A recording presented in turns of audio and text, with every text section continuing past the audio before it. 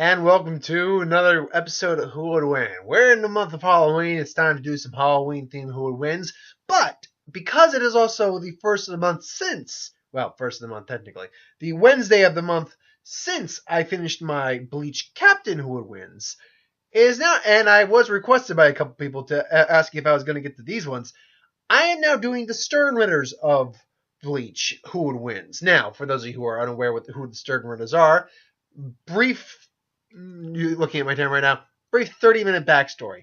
There are two groups in the world of Bleach. The Shinigami Death Gods, who deal with hollows, which are demons that eat souls, and they take care of them, exercise them, all that with swords. It's really cool. If you don't watch the show or read the manga, do one or the other or both.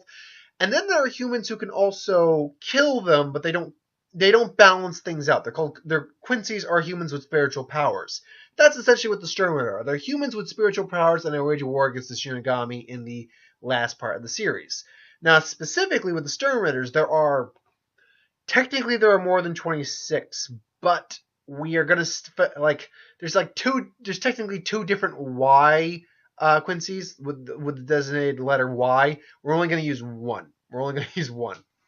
Because that would just be a really confusing fight otherwise. Just be like, what, didn't you already do this guy twice? Like, well, technically. But no. They all have a power that's corresponding to a letter of the alphabet, A to Z. Now, I'm saving A for last, not because there's technically two Sternritter A's, but one of them is actually a main character from the overall series, who I'm just not going to use for this case, and the other is the leader of the group. So we're saving the leader of the group for last, because he's probably about as OP as you get in some anime characters. But we're starting from the bottom of the barrel. Z, which is for zombie, which stands for Giselle Gewelle. Now, Giselle Gewelle, when I was picking her Z stands for zombie. Now, as you can see who I put her up against, it was weird. It's one of those things like, okay, I know who my first Sternritter fight's going to be. It's going to be Giselle Gewelle. It's going to be Sternritter Z, the zombie. Who the hell am I going to pit her up against? So I'm like, okay, so it's Halloween theme. I got a zombie kind of base character. I feel like I should still use a zombie based character in some way, shape, or form. Some sort of someone who can amass an army like they can amass an army. Who the hell fits that description? And I think I was like, anime characters, like, no one in like Naruto does, even with like the Edo Tensei, those don't really count. It's like Fairy Tail, maybe, but I just don't know enough about Fairy Tail to really do that. One Piece, same problem there. I'm like, oh man, maybe I should try branching out of anime. I'm still trying to think of like animated characters, like, or just characters in general. I'm like, nothing's coming to mind.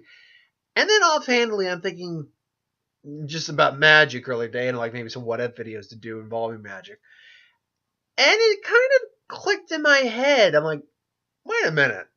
Liliana's a necromancer. She can summon zombies. She's got death magic. Let's do that one. So here we are, about 3 minutes and 20 seconds in. Giselle Gewelle versus Lilliana Vess from Magic the Gathering. Now, I'm going to be as brief as I can with the description while being as descriptive as I can and trying not to slur over my words as I'm going, instead of trying to cram this in. As a member of the Sternritters, Giselle is a human. She is a human, but she is a Quincy, meaning she is capable of gathering spiritual energy, Ryatsu or Reishi as it's called. Well, actually, Ryatsu is the spiritual energy we have within us and we release.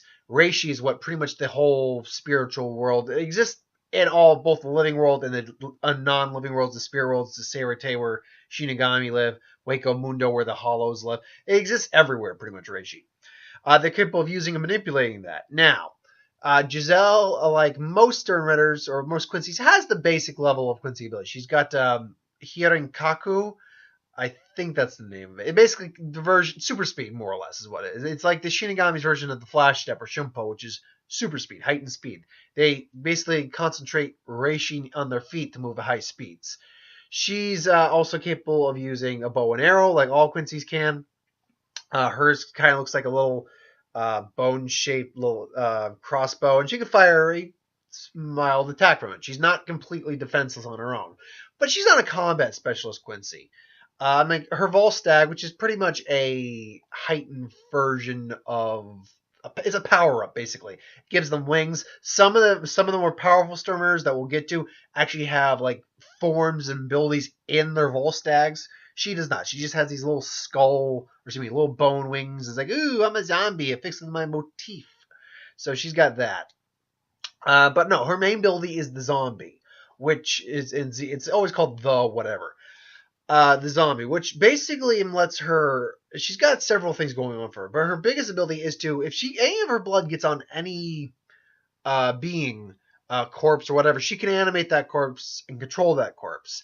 Now it is now for the weak reishi level individuals, she doesn't need as much blood. With high reishi or energy level individuals, she needs more blood. She's only got so much blood. But a way she can maximize that is just by aiming for the heart with her blood, like using the heart of whatever, and then because it can mix in and circulate with that, it spreads throughout their body and things along those lines. Now with Shinigami, when she did it on them, she didn't need to kill them to make them change. With Quincy's, more or less actual living individuals, the Shinigami are alive, but theoretically speaking, they're more spiritual-based beings than actual physical-based beings. Like they can interact with the real world, like the human world, but normal people can't see them, whereas normal people can see Quincy's. So it stands to reason that if she needs more blood on living things, she actually needs to kill living individuals in order to make them her zombies. Furthermore, if she loses a limb, she can replace her own limb. She's got a quite powerful healing factor. I'm going to guess, say for an actual, like, she can even survive a stab through her heart. I'm guessing, like with actual zombies, you'd have to kill her brain. You have to take her head off. And even then, that might not guarantee it. You have to pretty much just get her through the brain. Because she can reattach her own limbs, reattach limbs from zombies, and basically get new limbs. She's been cut right down the middle like this, and then just pieced herself back together. She has a very strong healing factor. But as I said earlier, she's not a close range fighter. In fact, she herself is not a fighter. It was kind of joked that maybe she's actually a guy, because one of the characters says, like, you smell like semen. Are you sure you're not a boy? Which actually kind of implies that she's a bit of a psycho bitch whore. And just, she's promiscuous. So anyway, so yeah, and she was all the Sternritters were eventually killed. So she did meet her end, but it was at the hands of, I'm not going to spoil how and where she died, but she did die. Anyway, so that's Giselle. She's a tricky combat. She also likes to play the psychological game and try to trick people into attacking her, obviously. Now, with Lilliana Vess was born on the plane of Dominaria. Where did I get that confusion from? I meant, no, why I said that. I was going to talk about the multiverse, like, for 10 seconds. So, 10-second explanation starting now. In Magic the Gathering, there is the multiverse. There's different planes of existence, different worlds, different characters from different places, planeswalkers, and walk among these planes. So it's like 1 in every million people is a planeswalker. And Liliana happens to be one of these individuals. Now, she was born on Dominaria, but after her brother died, her spark ignited, and she pretty much became a death mage. She always had she was actually kind of a healer at first, but she eventually became a death mage, and manipulating zombies is her bread and butter. She's extremely manipulative, extremely self-centered, and hence why her color identity in the game, there's 5 colors, white, black, green, red, and blue, is black. Zombies, the undead. She can raise an army of the undead so long as there's corpses around. She can summon shades or nightmare-like creatures like that had no physical mass, but they can still hurt you. She's capable of actual death magic, which is just designed to kill, but depending on what she's targeting her gaze or her powers at, it's going to drain her a bit. Because the way characters in Magic, particularly Planeswalkers, work, the way the game of Magic works, if you've never played a game of Magic, if you're watching this, I imagine a couple of you viewers might have played a game of Magic or two in your time, is that you have cards you play, be it monster, creature cards, enchantments, spells, whatever. They're all spells technically, anyway, artifacts. But you have land, which you put on the ground, and you tap it. That's tapping for mana. Mana is the energy in which you use to cast spells. In the actual lore of the universe, mana exists plentifully, and you draw upon the mana in the atmosphere, in the environment, to use your abilities, use your spells. Hence why, Liliana's has death magic. Death magic black is associated with swamps and things along those lines, where death and decay is often prevalent.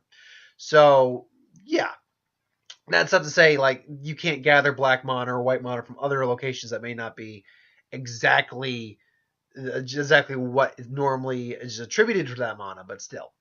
Now Liliana again, despite having easily some of the strongest magic in among her group of peers called the Gatewatch, zombies. As long as there's corpses, she can make an army indefinitely. She will always be able to make an army indefinitely.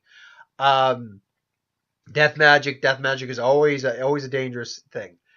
But and it was illustrated in one of the stories they did for the game because the game has they do a story column every Wednesday. One's up right now for story. She's not involved. Instead, two other characters are involved.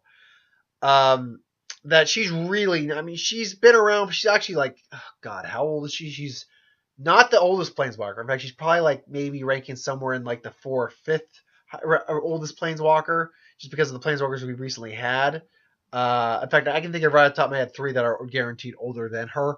But she is easily hundreds, maybe even at least 1,000 years old. She is old. She's been around the block. But despite that, she's not. You want to talk about someone who's not a physical fighter? She can kind of fight a little bit, like if she had to, but she's not a physical fighter. She got tired on a one-on-one fight.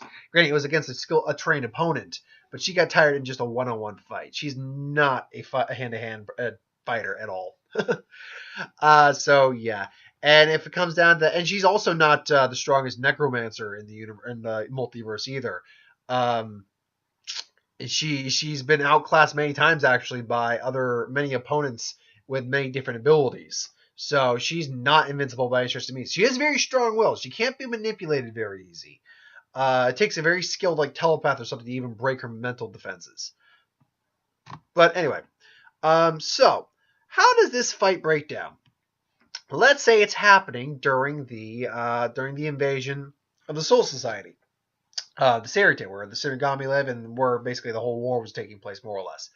And Liliana planeswalks to the Sarite. Now you may ask yourself, how does that work? Well, we actually, hell, even in their lores actually don't mix as bad as you may think, because remember, for those of us who actually watch Bleach and play Magic, the Sarite, Hueco Mundo, and and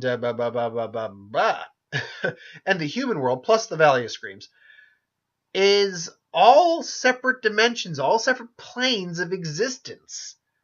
And planeswalkers planeswalk from plane to plane. There's nothing saying that, Liliana couldn't just planeswalk to the Sarite or Ichigo's world or whatever. So let's just assume she goes there. Let's say the Gatewatch are all fighting their own battles and whatever, and she just happens to go up against Giselle. So the fight goes down. They're going to be trading buck and buck, and Giselle maybe's even going to like hit on Liliana. Liliana just goes like, foolish little girl, and blah blah blah. Sees all these dead Shinigami on the ground, and she can't necessarily control them to activate Zanpakuto Toe if they could, which is their swords with abilities. Again, for those of us who don't know what Bleach is, they have swords that have special abilities and all that. She activates and summons an army, but Giselle summons her army too, and she's just like, "Oh, this is going to be so much fun." I have no idea what she sounds like. They haven't. Look, side note real quick. I know Dark Souls, the next Bleach game, is going to have like animations from the final arc, like Bankais that were never shown, fights that were never shown in the actual anime. But you know what? Give me some OVA. Like you do like a Hellsinger do like the Hellsing Ultimate.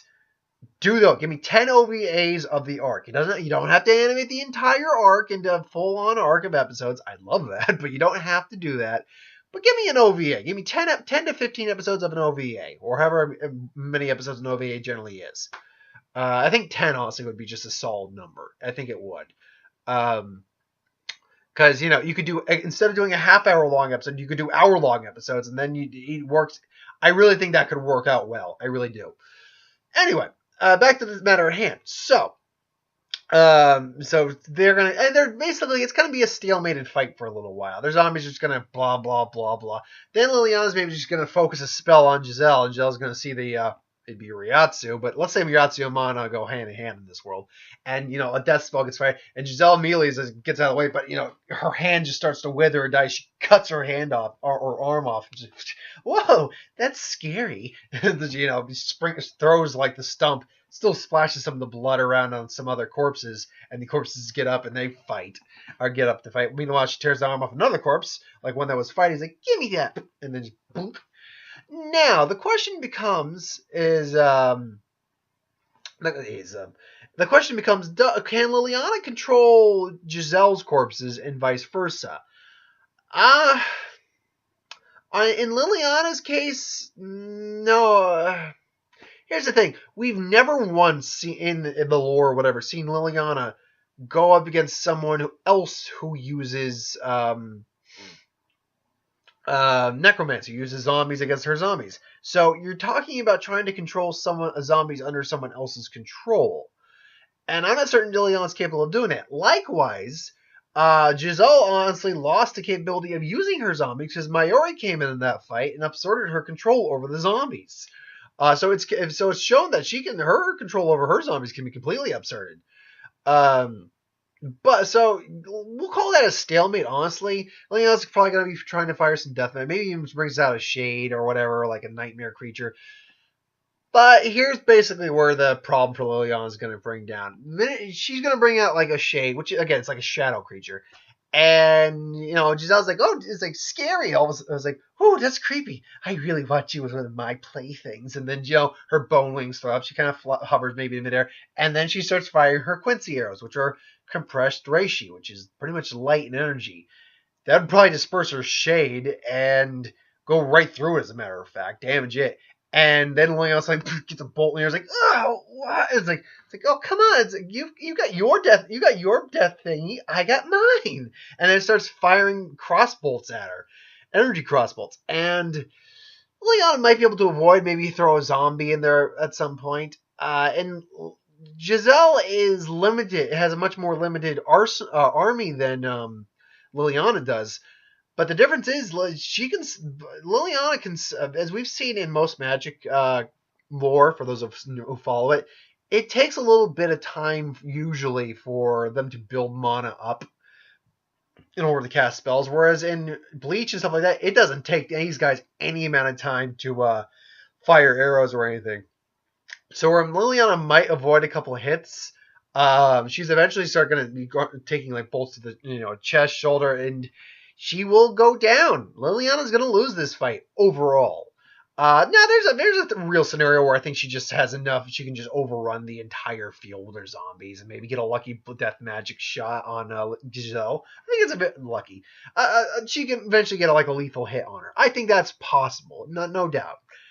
But when you talk about who's actually got the better offensive capabilities overall, who's quicker to respond, and who's actually got more answers to the other's problems, I'm going to go with Giselle again because the reishi bolts and the reishi Quincy arrows and energy arrows is going to be a big factor in this because it actually specifically will take out a couple of things Liliana has. Plus, Giselle just has. I think they're both sadistic. But Giselle actually is part of a war. She's part of a war faction. Liliana's just done her own thing all this time. So Giselle is more combat orientated overall. And she actually does have more offensive capabilities when you think about it than Liliana does. Liliana does have death magic and she can summon stuff, but that gets countered pretty quickly, like the summoning the shades or summoning the creatures, the nightmare creatures with light-based attacks and energy. Now, what's the percentage? I'd go 60-40. It's not a big percentage where Giselle wins, I think, but it's a solid enough, like a 20% difference. But that's my opinion. So thanks for watching. I hope you enjoyed. Like, comment, share, subscribe. As those who want us to review something, put the comments below. Let us know. We'll do a review of it at some point. Ideas for who would win. Star Wars, superhero, magic, what if? Anything I do in the channel. Put in the comments below. Let me know. I'll do a review of it at some point. If you have ideas for who would win. Star Wars, superhero. What did I just say that? If you have an idea for who would win, put that in the comments below. Also, a Halloween who would win. Because remember, we're in the month of October. Thanks for watching. Hope you enjoyed. Blade Runner 2049 will be tomorrow, and that's going to be a long sit. That movie's 2 hours and 49 minutes. I checked.